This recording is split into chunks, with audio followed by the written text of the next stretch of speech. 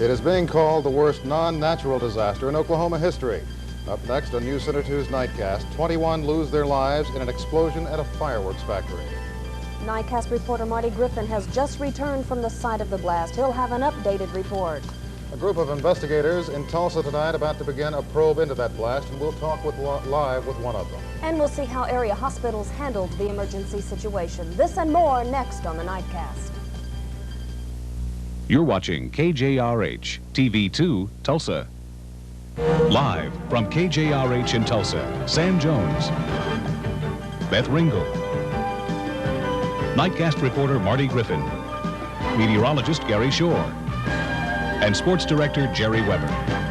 This is News Center 2 Nightcast. Good evening, everyone. There is still no official word tonight on how many people were killed when an explosion rocked a fireworks factory near Jennings, Oklahoma this morning. Most estimates put that figure at 21, but there are reports the figure could go higher. Now, this map shows where the explosion occurred this morning at the Aerlex Corporation about 3 miles outside of Jennings, and this is all that's left of the fireworks company. Among the injured, the mayor of Jennings, Jeff Fountain, and the owner of Aerlex, Alan Johnson. Both were flown by life flight to Hillcrest, where Fountain is reported in critical condition right now with second and third degree burns over 65% of his body. Johnson, seen here in file video, reportedly received some cuts and a fractured hand in that explosion. He's listed in satisfactory condition. The others injured were taken to Tulsa area hospitals, 2 of them treated and released. Meanwhile, the bodies of some of the victims of today's explosion have been taken to the medical examiner's office here in Tulsa for identification. The National Guard is standing watch tonight over what remains of the Aerlex fireworks factory that was destroyed this morning. Nightcast reporter Marty Griffin has just returned from the scene. What's happening tonight? It was very quiet at the scene tonight, Beth, almost strangely quiet. The fire has disappeared and everyone right now is just waiting for tomorrow when the search for clues in this explosion begins. By sunset, the smoke and fire of this morning had cleared. All that remained was blackened debris and twisted metal. On the ground, National Guardsmen patrolled the area and weary firemen headed home after searching for bodies. Tomorrow, 20 investigators will be at this site sifting through the rubble in search of a cause, but tonight all is quiet. At the trailer of Gaylord Burgess in Terrellton tonight, friends and family members of many who died were trying to forget this morning's explosion. But Shirlene Burgess could not. She lost her mother and sister in the blast. Just everybody sticking together. It's the only thing to do. Shirlene Burgess told us tonight that she begged her mother to quit at the factory, but her mother told her she was only part-time, needed the money, and was to finish up her job next week. What will the investigators be doing tomorrow? Well, Beth, they will hold an early morning meeting with all of the emergency crews present today. Then they will begin combing the area for clues. They say they will stay on the site for a week, or at least until they know what caused the blast. All right, Marty, thank you. Well, the Aerlex company was licensed by the Federal Bureau of Alcohol, Tobacco, and Firearms. And joining me live tonight is Agent Bob White. Agent White, is there still any sort of a danger in the plant area or the site of the plant now? Yes, sir, there is. We have the guards, of course, around the plant site, but the blast itself threw a lot of the remaining explosives out into the surrounding area. And a lot of these charges lay out there still unexploded. If somebody should come along and find one, get to playing with it, there's still a possibility of them going off. So, of course, we are trying to keep the scene secure as well as keeping all of our evidence secure by keeping people out away from it. Agent White, I think we need to point out these are not basic, simple fireworks like sparklers or firecrackers, are they? No, sir. These are fireworks like the aerial displays that you see at the 4th of July display from the city of Tulsa at the riverbanks and this sort of thing. Consequently, they're very large. Let me also ask you, have you accounted for all of the victims, or could there be more? Well, there's a possibility there are more.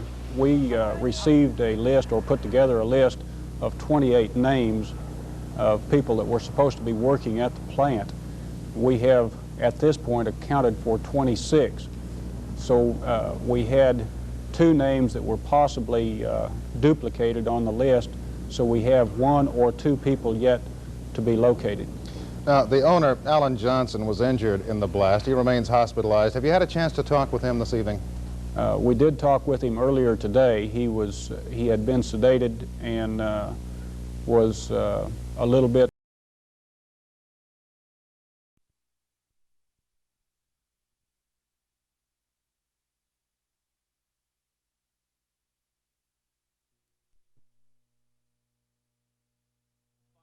home after searching for bodies. Tomorrow, 20 investigators will be at this site sifting through the rubble in search of a cause, but tonight all is quiet. At the trailer of Gaylord Burgess in Terrellton tonight, friends and family members of many who died were trying to forget this morning's explosion. But Charlene Burgess could not. She lost her mother and sister in the blast. Just everybody sticking together. It's the only thing to do. Charlene Burgess told us tonight that she begged her mother to quit at the factory, but her mother told her she was only part-time, needed the money, and was to finish up her job next week. What will the investigators be doing tomorrow? Well, Beth, they will hold an early morning meeting with all of the emergency crews present today. Then they will begin combing the area for clues. They say they will stay on the site for a week, or at least until they know what caused the blast. All right, Marty, thank you. Well, the Aerlex company was licensed by the Federal Bureau of Alcohol, Tobacco, and Firearms. And joining me live tonight is Agent Bob White. Agent White, is there still any sort of a danger in the plant area or the site of the plant now? Yes, sir, there is. We have the guards, of course, around the plant site, but the blast itself threw a lot of the remaining explosives out into the surrounding area. And a lot of these charges lay out there still unexploded. If somebody should come along and find one, get to playing with it, there's still a possibility of them going off. So, of course, we are trying to keep the scene secure, as well as keeping all of our evidence secure by keeping people out away from it. Agent White, I think we need to point out these are not basic, simple fireworks like sparklers or firecrackers, are they? No, sir. These are fireworks like the aerial displays that you see at the 4th of July display from the city of Tulsa at the riverbanks and this sort of thing. Consequently, they're very large. Let me also ask you, have you accounted for all of the victims, or could there be more? Well, there's a possibility there are more. We received a list, or put together a list, of 28 names of people that were supposed to be working at the plant. We have, at this point, accounted for 26. So we had 2 names that were possibly duplicated on the list, so we have 1 or 2 people yet to be located.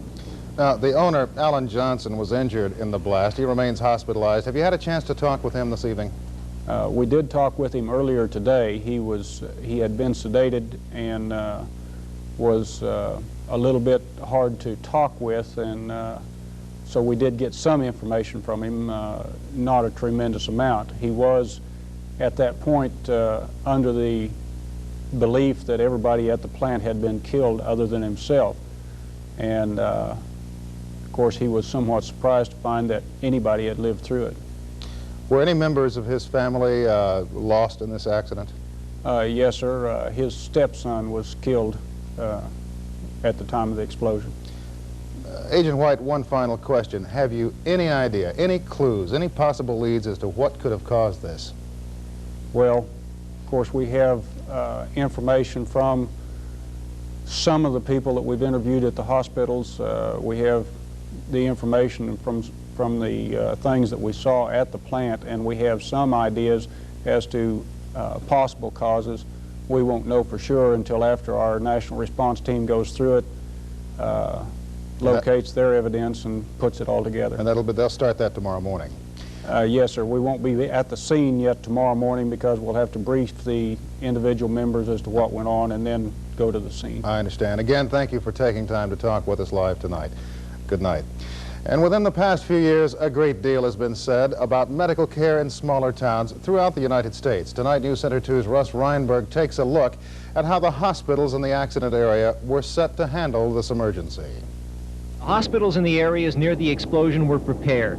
In Cleveland, the hospital administrator, Bob Cox, says nobody really expected the fireworks plant would suffer a second explosion. They geared their disaster plan toward a tornado. Even so, it worked. We had quite a number of personnel standing by right at the emergency room door, ready to take whatever appropriate action there was necessary. We also called both Central Ambulance and Life Flight in Tulsa and alerted them to the fact that there had been an explosion and that we did not know if we would need them, but at least they were notified to stand by in the event that we did have a call. Emergency room personnel removed bits of metal and other fragments from 3 victims and treated burns. Within 15 minutes, helicopters rushed the patients from a landing pad a few feet from the emergency room to Hillcrest and St. John's hospitals in Tulsa. Here at Cleveland Area Hospital, the problem is neither supplies, plenty are on hand, nor doctors. All 3 work right across the street. But suppose there had been a dozen or more victims. Cox says his hospital was ready. The staff called hospitals in Hominy and Pawnee. Both are within a 20-minute drive. The Cleveland staff warned them to prepare to receive patients or send supplies. And at Hominy City Hospital, the nursing director, Tara Kimmel, says her staff also went on to disaster alert. We called in a couple of extra people to be on staff right here immediately, called ancillary staff that weren't here to be on standby, and called a couple of area hospitals as far as getting supplies that we didn't have on hand that we might need to use in an emergency situation, and set up our emergency rooms for handling the burn cases. The hospitals at Pawnee and Hominy each received 1 patient. Both victims had only minor burns, and both were released. In Hominy, Russ Reinberg, News Center 2. And we might also point out that hospitals in Drumright and Pawhuska were also standing by with personnel and supplies. Coming up next, it's a problem that doesn't look like it will go away. Up next, we're going to introduce you to a woman who's trying to take the sting out of her situation.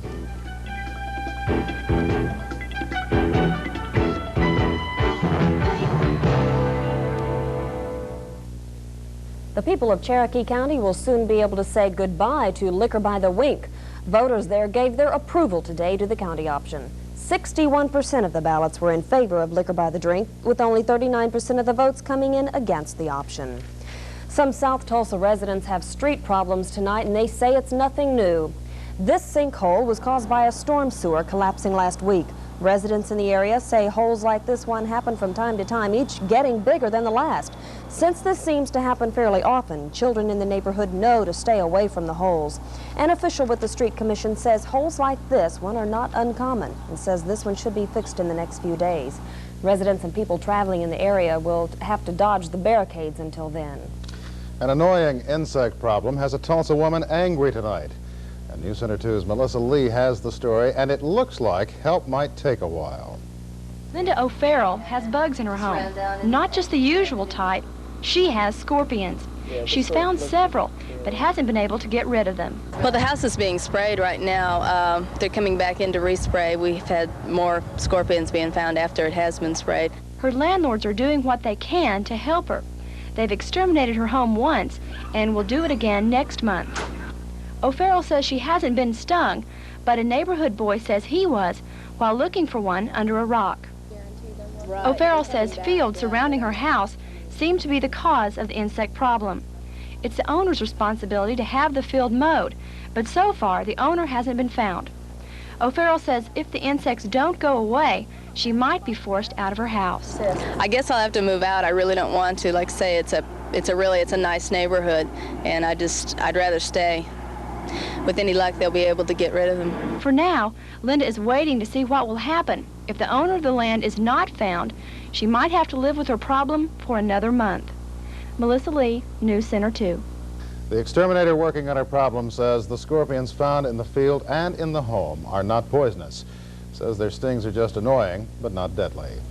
Well, the Red Cross checks in on some American hostages, and President Reagan pushes for a peaceful solution. This and more, part of tonight's Nightcast Digest. A team from the International Red Cross visited the American hostages in Beirut today. A spokesman for the agency says they will release a report on their condition sometime tomorrow. Meanwhile, the hijackers holding Flight 847 at Beirut Airport fired their automatic weapons toward reporters again today. There were no reports of injuries. Meanwhile, Shiite militia leader Nabi Berri rejected bids today from 2 European leaders to bring an end to the Beirut hostage crisis. He met separately with ambassadors from Great Britain and Italy. He later said both meetings broke down because, as he put it, the Europeans don't realize the Israeli kidnapping of more than 700 Shiites is a far more serious problem. The White House said today that President Reagan will stick with efforts for a diplomatic solution to the American hostage crisis. But in the meantime, the president is also looking at possible actions designed at shutting down the airport in Beirut in an effort to increase pressure on the Shiite Muslims holding the Americans. Many of the nearly 7,500 California residents evacuated after a weekend fire at a nearby pesticide plant are returning to their homes tonight. A hazardous materials team moved in to head off further fires, which sent toxic smoke into the 3-square-mile area on Saturday. Firemen allowed the blaze to burn since then because they weren't sure of what was burning or how to put it out. Well, if you've enjoyed the convenience of nationwide dial-it services, but maybe want to keep some of the numbers off limits to your children, then a Dallas firm may have what you want. The device attaches to your phone and prevents connections to telephone exchanges that use that system. That's good news for people who can't decide why their phone is escalating 50 cents at a time. And that's the Nightcast Digest for Tuesday, June 25th, 1985. Well, as you know, it's been said the weather in Oklahoma can change at a moment's notice. I've heard that, but meteorologist Jeff Lazalier says today's humid weather may stick around a little longer. We'll find out when Nightcast continues.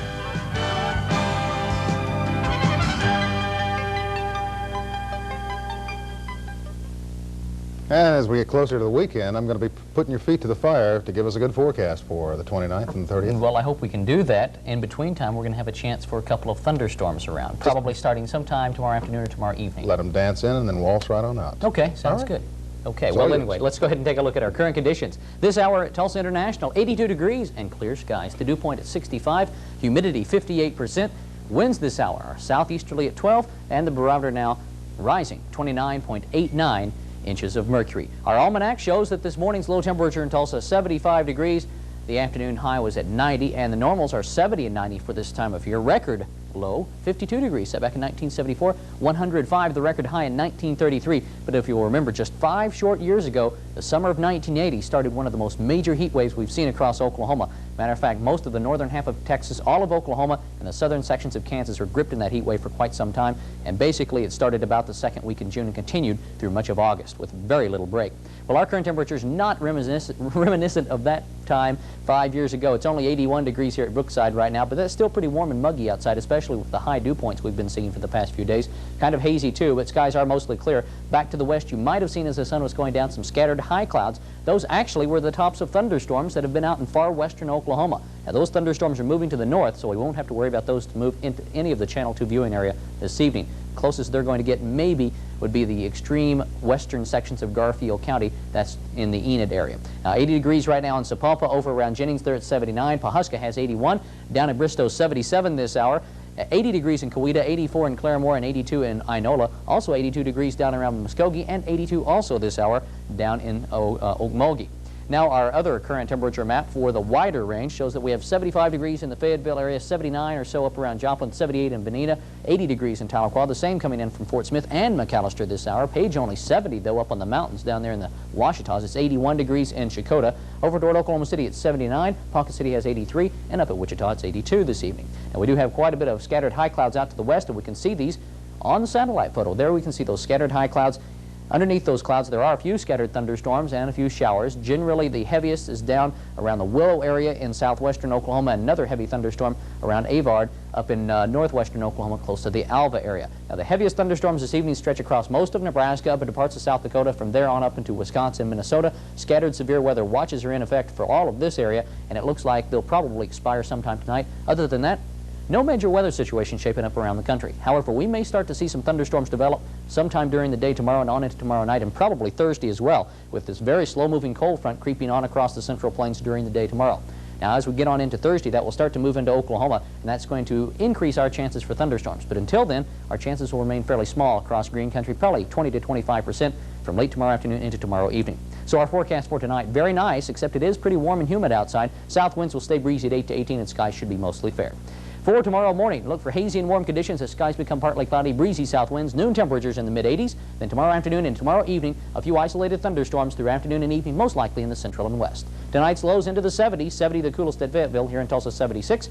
Tomorrow 93 the warmest in Ponca City, and Tulsa 91, upper 80s to low 90s elsewhere. And our 4-day forecast calls for the showers and thunder showers to be more widespread across the area, probably on Thursday. That looks like the best chance for it, either from late Wednesday night into Thursday or early Thursday morning into early Friday morning. Other than that, temperatures staying pretty warm and conditions staying pretty muggy. All right. Now, Gary's on vacation this week. Right. You'll be with us through the week. That's right. You going to have Saturday off? I hope so. Oh, right. We'll take you fishing. Okay. Right. Teach this man how to work. Okay, thanks. Thanks, Jeff. Coming up in sports, the Cubs' losing streak continues. And Wimbledon is still plagued by rain. Jerry's up next with all the sports.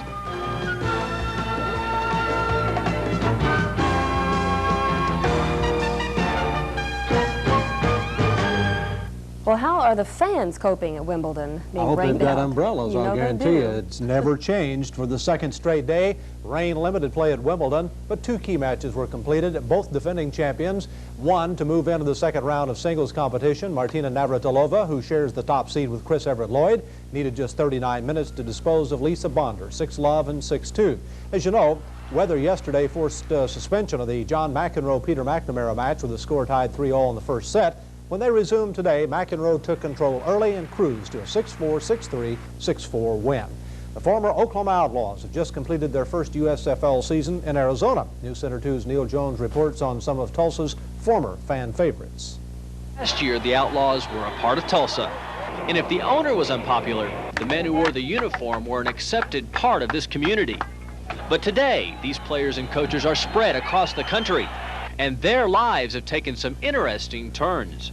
If he was hit, he's down. If he wasn't hit, it was still a live ball. From here? What are you talking about? How can you do that? One man who has to be happy is Coach Woody Woodenhofer, who now heads the football program at Missouri University. And quarterback Doug Williams had a fine year for Arizona, throwing for over 3,600 yards and 21 touchdowns. But none more exciting than this one he tossed here in Tulsa. When Ernest Anderson signed, great things were expected, but his career has been plagued by injury, and he carried the ball only 14 times for 27 yards at Arizona. Al Williams had a fine year in Phoenix, however, as a wide receiver led the team with 55 catches for over 1,000 yards, and he had 8 touchdowns. Linebacker Terry Beeson had a good year for the Jacksonville Bulls, leading that team in tackles, and he was joined by Curtis Anderson and Bob Nelson, who both started in the Bulls' defensive line. Owasso native Vic Caney may not have been wild about the move to Arizona, but he made the best of it by starting at middle linebacker for the Outlaws. Ephraim Herrera wasn't so lucky, as the man who was making game-winning plays for Oklahoma last year spent this season selling humidifiers in Seattle. But he probably made more money than this franchise, which lost millions of dollars and drew fewer fans than in Tulsa. But then that's professional athletics. Hero 1 minute, humidifier salesman the next. Neil Jones, News Center 2 Sports. Completely full Major League Baseball slate in the National League. The Cubs now have lost 13 in a row. Today they lost to the Mets 3-2.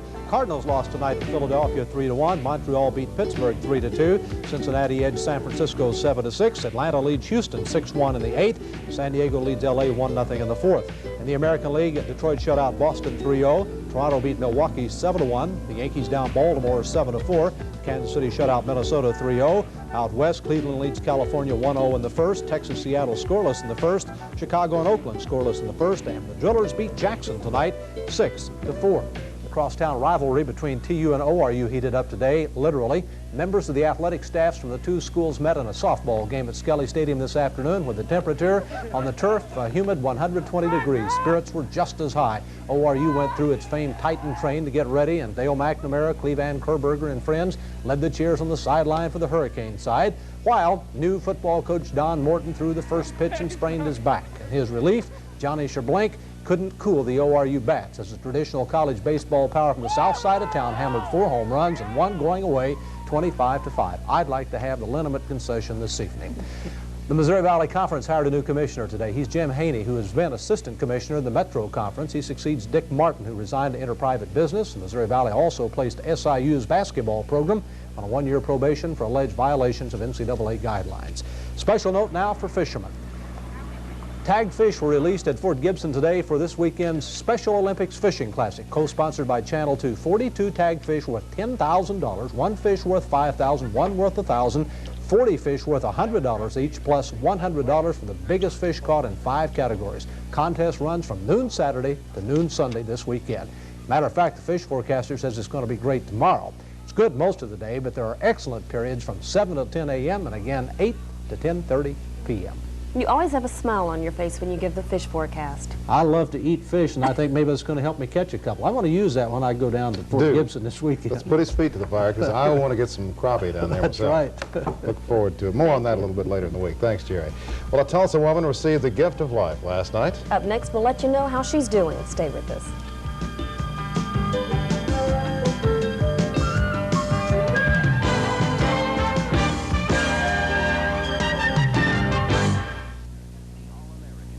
Tulsan Patty Powers is well on the road to recovery tonight.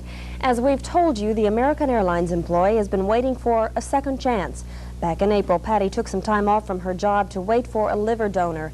Yesterday, an organ was found in Texas, and after a 6-hour transplant last night, she's resting comfortably and with no complications tonight at the Mayo Clinic in Rochester, Minnesota.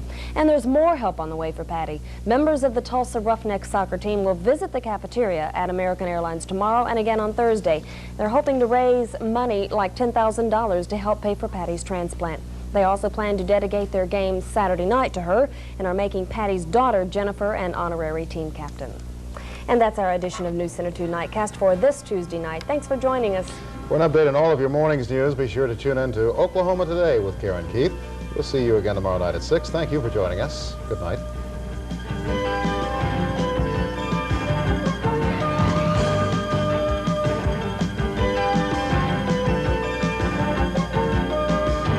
Portions of News Center 2 were brought to you by Andy Ewing Toyota.